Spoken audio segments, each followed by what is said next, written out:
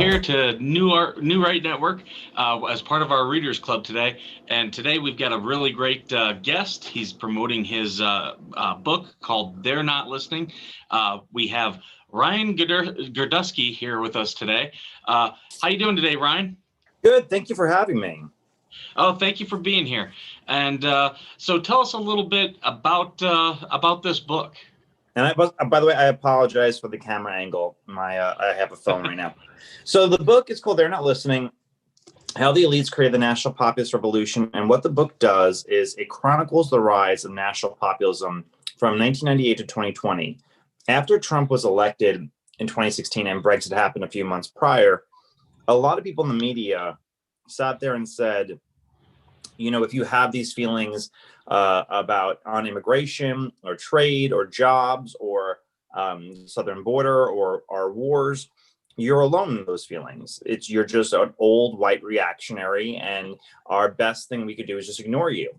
So what I did was I wrote an article for American Conservative magazine about a year and a half ago, 2 years ago, and I chronicled the rise of national populism year by year by year by year, because I've been saying, okay, what happened the year prior, the year prior, the year prior? And I found that in all these varying countries in Europe, in South America, in Africa, in Asia, in Australia, Israel, United States, and Canada, you see the rise in national populism from people that have very different faiths, very different races, cultures, creeds, backgrounds.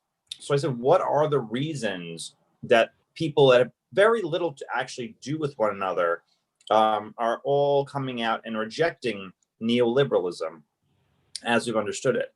So that's what the book does. It describes where national populism is rising, how it's rising. It defines it as a subject matter, and puts into context really what's going on in our greater world and why neoliberalism is fading or fighting for itself, fighting for its life. Well, I have to tell you, I have started on the book. It's incredibly interesting. I really am enjoying it. I'm not finished yet, but one thing that just stands out to me on it is how well researched it is.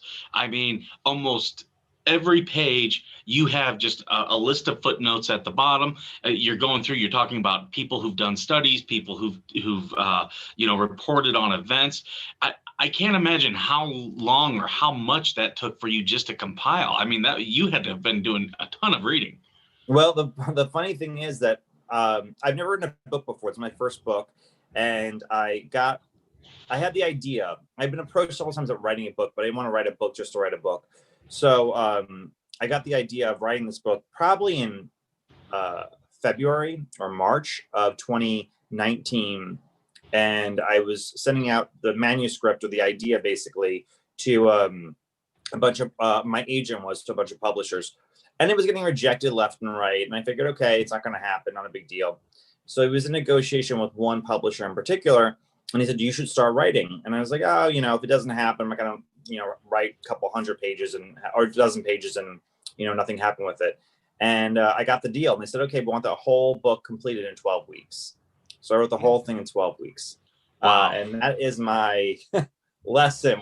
When your agent says start writing, because it was 8 hours of going to my job and then 8 hours of coming home and writing and researching. But it was my whole summer last summer. So this summer will be much easier, and we had COVID. But next summer, hopefully, it will be in person. We'll talk more, and I won't be writing a book. Well, I can tell you for all the potential readers out there, you're very thorough. You do a lot of introspection on what's going on here, but then you're linking it to other cultures, other peoples. I mean, it's very good. I mean, right off the bat, I've lived internationally, so a lot of the things you speak in this book, I was overseas when it happened, and you very adequately describe what the repercussions were that I think a lot of Americans miss. And, as you're talking in the book, very early on, you talk about how populism and nationalism just transcend our cultures. You kind of hit on that earlier. And that's a really big theme, it seems. All right, well, they're not the same things. Populism and nationalism are not the same things. Populism is a class struggle between those who are the working class and those on the elite. and nationalism is a struggle of the demand kind of a more closed in and focused, domestically focused national agenda versus an international one. They happen to coalesce now, especially on the right, because those in the elite are those also sponsoring and supporting neoliberalism and the idea that it is America's doctrine, it is the American mission to remake the entire world and to benefit the entire world. And I did a lot of research because I never went to college. I went to college, but I dropped out. I don't have a degree in anything. And I wanted to write the book in a way that someone like me could understand, but have it backed up where somebody who dismisses people like me couldn't fight on the subject matter. So everything has a fact, everything has a citation. There's, I think, 700 citations in the whole book. Wow, that's just amazing. You know, and you touch a lot in the book about fake news, and you're absolutely right. There are going to be people who are going to attack you for this book. They're gonna come at you from all different angles just to find what sticks. And yeah, coming from everything of here's the facts, here's what it means. I think that is a very powerful way to present this material. Right, and the chapters of the book, for those who haven't read it or purchased it and you want to, and I highly recommend, and it's also on audio too, if you guys don't like reading books or want to listen. The book, chapter 2 is Enemy of the People, and we go into fake news, not just about the United States and fake news, which there's plenty, but also about internationally, how the media describes people who are nationalists or populists or have just views that are outside their own. When there's a party in Canada called Avenir Quebec Coalition. They are the Quebec National Populist Coalition. They were elected with a majority in Quebec in 2019, I believe. And the USA Today wrote, anti-immigrant party wins Canadian election. Not nationalist, not populist, not right-wing or conservative, not patriotic. There was no positives. It had to be anti-immigrant. And the way they use language is so pinnacle, especially right now in this moment. We write in the book, I'll pull up the page number too, because it is so important. We're talking a lot about Black Lives Matter right now, and we're talking a lot about race and radical. I'm forgetting the exact terminology they use, but basically, how everything is everything is perceived as discrimination against non-whites. So in the book, I detail, and this is like the graph, so you probably can't see it all, but you see a spike, right? All over the place. The spikes are the usage of certain terminology in recent times, since about 2014. So the words of like social justice, diversity and inclusion, critical race theory, that's the word I was looking for, critical race theory, white privilege, unconscious bias, people of color, systemic racism, whiteness, all of them saw an explosion in usage around 2014 by like 400 or 500% in our mainstream media. So by the time 2020 comes around, we have been inundated with this language that had been hardly ever used before. And so it seeps in the consciousness. This, what I'm about to tell you, is not in the book, but it is something relative now. There's a guy named Zach Goldberg, who I cite in the book. Brilliant guy on Twitter. He's a PhD student at the University of Georgia, I think. And he found that the number of Black Americans who reported being discriminated against by the police from 2003 to 2018, I believe those were 2 years, almost doubled. And at the same time, the amount of police interactions with Black community has not changed at all. So by hearing constantly, you're being discriminated against, you're being discriminated against, you're being discriminated against, perception, so people perceive that they're being discriminated against more often now than they did. There was a study done this year in 2020 saying, do you think America treats whites and Blacks the same? just the blacks, or as equally. That was it. And less Black Americans in 2020 say they are treated the same as white Americans than in 1963 before the Civil Rights Act was signed. Mhm. Perception becomes reality based upon you hearing it in the media day in and day out and day in and day out for 5 or 6 years. And that's, that was one story that stood out to me. You're talking about how the news, they'll just attach words to things just so that they can try to define it that way. And the one part of the book that really struck out was, feel free to cut me off because I will talk forever. So if no, that's fine. We would much rather hear your opinion on it because they were talking about the Russian collusion. When that all fell apart, you cite in there how the Salon picked up that they reported that the New York Times had a huge meeting with everyone and said, okay, yeah, Russian collusion is dead. We can't use it. So we're just going to call him a racist from now on. Right. Now that was Salon.com. And that's a left-wing outlet sitting there and saying that. A lot of the sources and citations in the book are university studies, left-wing outlets. I use the tools that they sit there and say, this is what they sit there and say, okay, this is acceptable research. Okay, fine. Here's what your acceptable research says. It's still on my side. And in fact, one of my favorite citation in the whole book, and it's so weird that I have a favorite citation. My favorite citation is from the Cato Institute about how mass immigration hurts, amnesty would hurt wages. So they would never admit because they constantly feed out the idea of giving illegal aliens amnesty. So it's just, I think that's really important. And you do a really great job talking about not just immigration here, but worldwide migration. You talk about how the Arab Spring led into everything that was happening in Syria and Libya.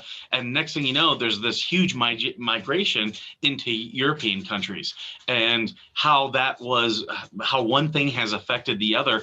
And it's led to, nationalism in those areas themselves. Right. Well, the point of the book, I always say, is those who hate Donald Trump the most. They hate Trump. They hate Modi. They hate Salvini. They hate Le Pen. They hate, Brexit.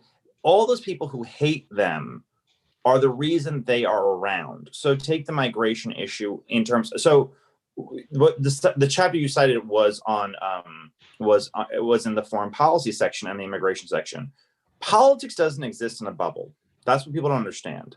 What you do affects another thing. There's always a cause and an effect.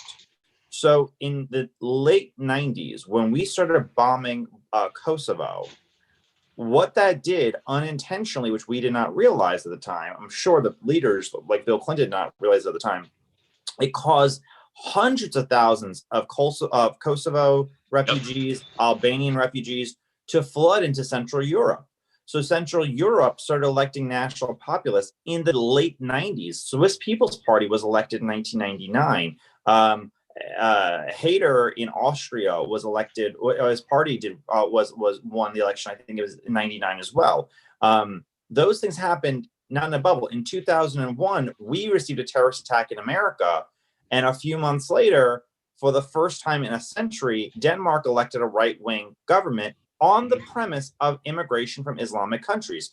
In 2015, we overthrew Gaddafi in Libya, and we started the invasion, the Cold War, I guess, basically in Syria. We were arming them in Operation Hidden Timber or Fallen Timber, I can't remember it, but Operation Timber, I think that was the name, Operation Timber. But we were doing these things to prolong the Syrian war and topple Gaddafi. Well, Gaddafi had a $25 million agreement every year with the EU to keep Africans from flooding into Europe.